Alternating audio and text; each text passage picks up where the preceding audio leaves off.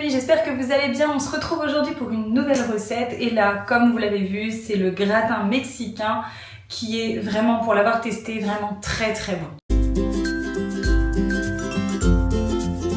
Allez, je vous montre tout de suite les ingrédients dont on va avoir besoin. Nous allons avoir besoin de 230 g de purée de tomates, 160 g de maïs en conserve, un oignon ou l'équivalent de 60 g d'oignon, des tomates pelées, vous allez en prendre à peu près 140 g, de la mozzarella râpée ou alors de la fraîche que vous pouvez couper vous-même, 100 g.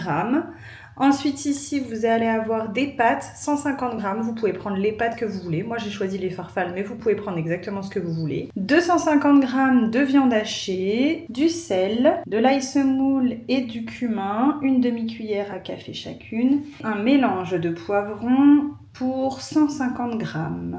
C'est une recette qui est plutôt rapide, donc pour le soir en rentrant du boulot, en 30 minutes tout est fait. On va commencer par cuire les boulettes pour les émietter pour en faire de la viande hachée.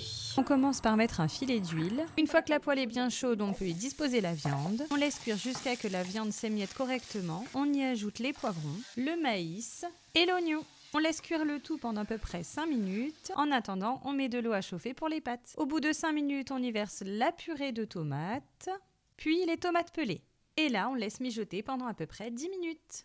Une fois que l'eau bout, on peut y verser les pâtes. Qui dit Mexique dit épices. D'ailleurs, j'avais complètement oublié de vous dire qu'il y avait une cuillère à café de paprika. Mais à culpa, on les ajoute. On n'oublie pas de saler et poivrer pour ceux qui aiment le poivre. Ici, il n'y aura que du sel. On laisse mijoter de nouveau encore 5 petites minutes, histoire que chaque petit ingrédient s'imprègne des épices que nous venons de rajouter. Enfin, on va prendre un petit plat à gratin, puisque ce n'est que pour 4 personnes, pas la peine d'en prendre un énorme. Et on va y verser notre petite préparation, mélange de légumes et de viande du Mexique. On étale un petit peu tout ça. Une fois les pâtes cuites et égouttées, on les ajoute au reste de la préparation. Et oui, vous avez deviné, on mélange encore. Et c'est le moment d'y mettre notre petite touche finale, la mozzarella râpée ou la fraîche coupée en petites lanières. Notre plat est prêt à partir au four pendant 15 minutes à 180 degrés.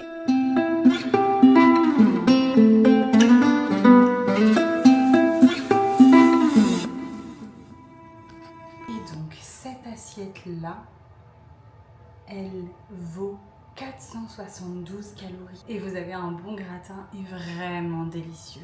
Bon appétit! Si tu veux plus de recettes et surtout ne rien rater, n'oublie pas de t'abonner.